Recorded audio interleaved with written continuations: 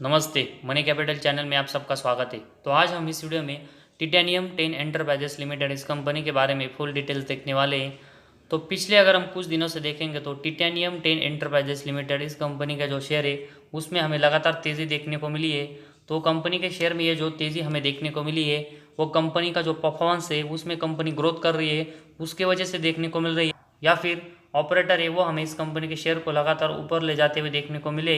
तो इसके लिए हमें कंपनी के जो सभी तो उसके लिए कंपनी के रिलेटेड हमें सभी इन्फॉर्मेशन देखनी पड़ेगी, जिसमें कंपनी के फंडामेंटल कैसे है, साथ ही में कंपनी अपने परफॉर्मेंस में किस तरह ग्रोथ करते हुए देखने को मिल रही है, साथ ही में कंपनी की बैलेंस शीट कैसी है और कंपनी के जो शेयर होल्डिंग पैटर्न है वो कैसा है। तो वो सब हमें यहाँ पर देखना पड़ेगा। तो सबसे पहले हम टिटेनियम 10 एंटरप्राइजेस लिमिटेड के बारे में देखेंगे। तो इसकी शुरुआत हमें 2008 से यहाँ पर होते हुए देखने को मिली थी। और कंपनी का अगर हम बिजनेस देखेंगे तो ये हमें ट्रेडिंग जो यान की उसमें काम करते हुए देखने को मिल रहे हैं, साथ ही में ग्रे क्लॉथ, नाइट फैब्रिक्स और उसके साथ ही में नाइट फैब्रिक्स है उसका जो मैन्युफैक्चरिंग है वो भी हमें कंपनी करते हुए देखने को मिल रही है। तो कंपनी है वो हमें यहाँ पर जो टेक्सटाइल सेक्टर से रिलेटेड प्रोडक्ट है उसका यहाँ पर ट्रेडिंग करते हुए देखने को मिल रही है। तो टेक्सटाइल सेक्टर के लिए अगर हम देखेंगे तो बहुत सारी जो पॉलिसीज है वो गवर्नमेंट हमें इंट्रोड्यूस करते हुए देखने को मिली है और उसका फ़ायदा भी हमें टेक्सटाइल सेक्टर को यहाँ पर होते हुए देखने को मिला है।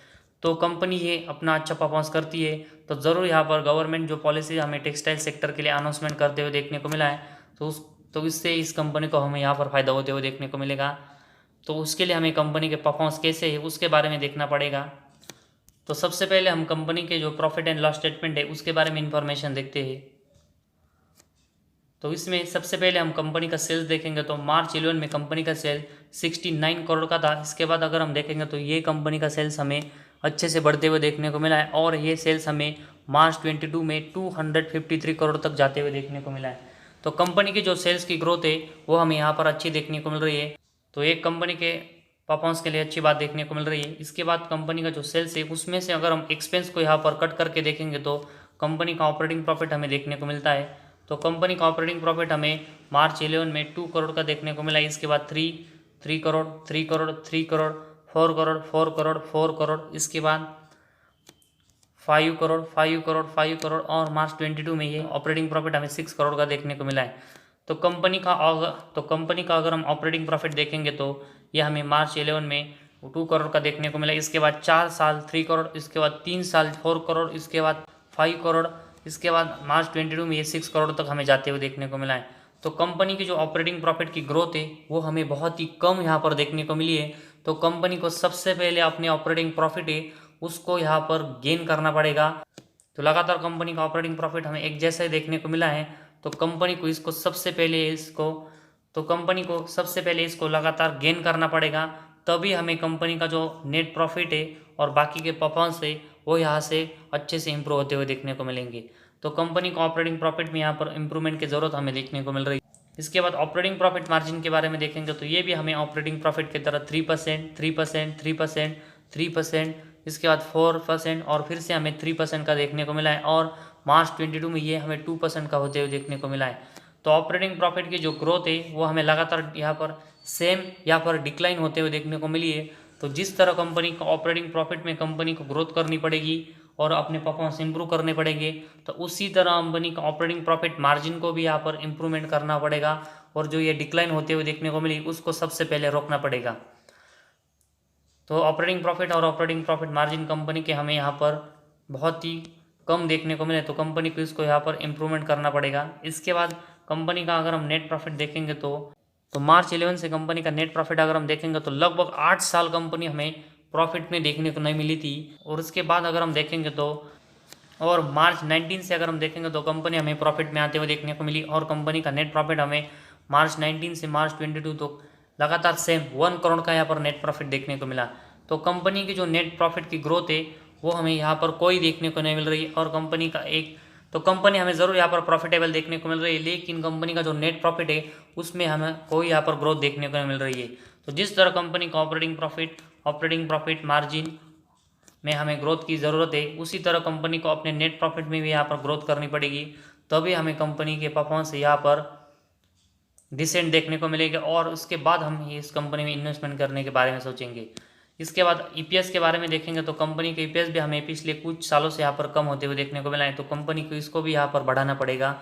तो ओवरऑल अगर हम कंपनी के प्रॉफिट एंड लॉस स्टेटमेंट के बारे में देखेंगे तो कंपनी के जो सेल्स है उसमें हमें अच्छी ग्रोथ देखने को मिली, लेकिन कंपनी के जो एक्सपेंस हमें बढ़ते हुए देखने को मिले उसकी वजह से ऑपरेटिंग प्रॉफिट मार्जिन और कंपनी का नेट प्रॉफिट है उसमें हमें कंपनी ज़रूर यहाँ पर डिसेंट परफॉर्मेंस करते हुए देखने को मिली, लेकिन कंपनी की जो ग्रोथ है वो हमें इस सेगमेंट में होते हुए देखने को नहीं मिले और कंपनी एक जैसा ही परफॉर्मेंस हमें हर साल करते हुए देखने को मिली। तो इसी वजह से कंपनी के जो प्रॉफिट एंड लॉस स्टेटमेंट है वो हमें यहाँ पर थोड़े से रिस्की देखने को मिल रहे हैं। तो कंपनी हमें ज़रूर यहाँ पर नेट प्रॉफिट जनरेट करते हुए देखने को मिली, लेकिन ये नेट प्रॉफिट हमें एक जैसा ही देखने को मिला है। लेकिन इसके बाद अगर हम अगले साल में देखेंगे तो कंपनी का नेट प्रॉफिट हमें जीरो या फिर माइनस में जाते हुए देखने को मिलता है। तो कंपनी के शेयर में हमें फिर से यहाँ पर गिरावट होते हुए देखने को मिलेगी और हमें यहाँ पर लॉस होते हुए देखने को मिलेगा। तो इसी वजह से हमें यहाँ पर केयरफुली इस कंपनी में इन्वेस्टमेंट करनी चाहिए। जिस तरह कंपनी के परफॉर्मेंस में हमें कोई यहाँ पर ग्रोथ होते हुए देखने को नहीं मिल रही और कंपनी हमें एक जैसे परफॉर्मेंस लगातार करते हुए देखने को मिली, तो इसी वजह से हमें यहाँ पर ये रिस्क देखने को मिल रही है। इसके बाद कंपनी की बैलेंस शीट के बारे में अगर हम देखेंगे तो उसमें कंपनी के जो रिजर्व है उसके बारे में हम देखेंगे तो मार्च 21 में कंपनी के जो रिजर्व है वह हमें 6 करोड़ के देखने को मिले और उसके कंपेरेटिवली कंपनी के बोरिंग्स हमें मार्च 22 में 42 करोड़ के देखने को मिले। तो कंपनी का जो रिजर्व है उसके कंपेरेटिवली कंपनी के ऊपर हमें 7 टाइम्स यहाँ पर बोरिंग्स देखने को मिल रहा है। तो इसी वजह से कंपनी के लिए हमें यहाँ पर बहुत ही खराब और निगेटिव बात देखने को मिल रही है। तो कंपनी की जो बैलेंस शीट है वो हमें यहाँ पर बहुत ही वीक देखने को मिल रही है। तो इसी वजह से कंपनी को यहाँ पर इसी वजह से कंपनी के जो बोरिंग्स हमें बढ़ते हुए देखने को मिल रहे हैं, साथ ही कंपनी के जो एक्सपेंस बढ़ते हुए देखने को मिल रहे हैं। तो इन रीज़न की वजह से कंपनी का जो नेट प्रॉफिट है वो हमें बढ़ते हुए देखने को नहीं मिल रहा है। तो कंपनी को जो अपने एक्सपेंस है वो सबसे पहले यहाँ पर कम करने पड़ेंगे और उसी के साथ ही में कंपनी को अपने बोरिंग्स कम करने पड़ेंगे, तभी हमें कंपनी के परफॉर्मेंस यहाँ पर अच्छे होते हुए देखने को मिलेंगे। इसके बाद कंपनी का शेयर होल्डिंग पैटर्न अगर हम देखेंगे तो मार्च 22 में हमें प्रमोटर के पास 67.06% की हिस्सेदारी देखने को मिली है और पब्लिक के पास हमें मार्च 22 में 32.94% की यहाँ पर हिस्सेदारी देखने को मिल रही है। वही अगर हम मार्च 20 से देखेंगे तो कंपनी के जो प्रमोटर है वो हमें हिस्सेदारी भी कम करते हुए देखने को मिल रहे हैं और उसके कंपेरेटिवली पब्लिक हमें यहाँ से हिस्सेदारी बढ़ाते हुए देखने को मिल रही है। तो जिस तरह कंपनी की जो ग्रोथ है वो हमें पिछले कुछ सालों से ना के बराबर देखने को मिल रही है, तो इसी वजह से कंपनी अभी हमें मार्च 22 में जो यहाँ पर नेट प्रॉफिट 1 करोड़ का इंक्रीज करते हुए देखने को मिली है, ये कंपनी का नेट प्रॉफिट हमें आने वाले जो क्वार्टर्स और साल है उसमें यहाँ पर जीरो होते हुए देखने को मिलता है या फिर लॉस में जाते हुए देखने को मिलता है। तो कंपनी के शेयर में हमें यहाँ से भारी गिरावट होते हुए देखने को मिलेगी। तो इसके लिए सबसे पहले हमें इस कंपनी में यहाँ पर इन्वेस्टमेंट करनी है, टाइटेनियम इस कंपनी में हमें इन्वेस्टमेंट करनी है। तो टेक्सटाइल सेक्टर की वजह से हम थोड़ी इन्वेस्टमेंट इस कंपनी में कर सकते हैं और साथ ही में कंपनी थोड़ा सा जो नेट प्रॉफिट जनरेट कर रही है उसकी वजह से कर सकते हैं। लेकिन अगर हमें ज़्यादा इन्वेस्टमेंट इस कंपनी में करनी है तो कंपनी को अपने परफॉर्मेंस है उसको यहाँ पर कंपनी की जो परफॉर्मेंस है उसको यहाँ पर ग्रोथ करना पड़ेगा, तब हम इस कंपनी में ज़्यादा इन्वेस्टमेंट के बारे में सोचेंगे। और साथ ही में जिनकी भी इस कंपनी में यहाँ पर इन्वेस्टमेंट है वो यहाँ पर उनको अगर अच्छा प्रॉफिट होता है तो सबसे पहले वो अपनी इन्वेस्टमेंट और साथ ही में थोड़ा प्रॉफिट है वो इस कंपनी से निकाल ले, ताकि कंपनी के जो परफॉर्मेंस है वो आने वाले सालों में ख़राब होते हैं तो यहाँ पर हमें ज़्यादा लॉस नहीं होगा और साथ ही में कंपनी के परफॉर्मेंस अगर अच्छे होते हैं तब भी हमें इस कंपनी में प्रॉफिट होगा। तो ये स्ट्रेटेजी हमें इस कंपनी में करनी चाहिए ताकि हमें इस कंपनी में ज़्यादा लॉस नहीं होगा और साथ ही में अच्छा प्रॉफिट भी हमें इस कंपनी में होते हुए देखने को मिलेगा। तो आज हमारे इस वीडियो में बस इतना ही। अगर आपको हमारा वीडियो पसंद आया तो इस चैनल को ज़रूर सब्सक्राइब कीजिए।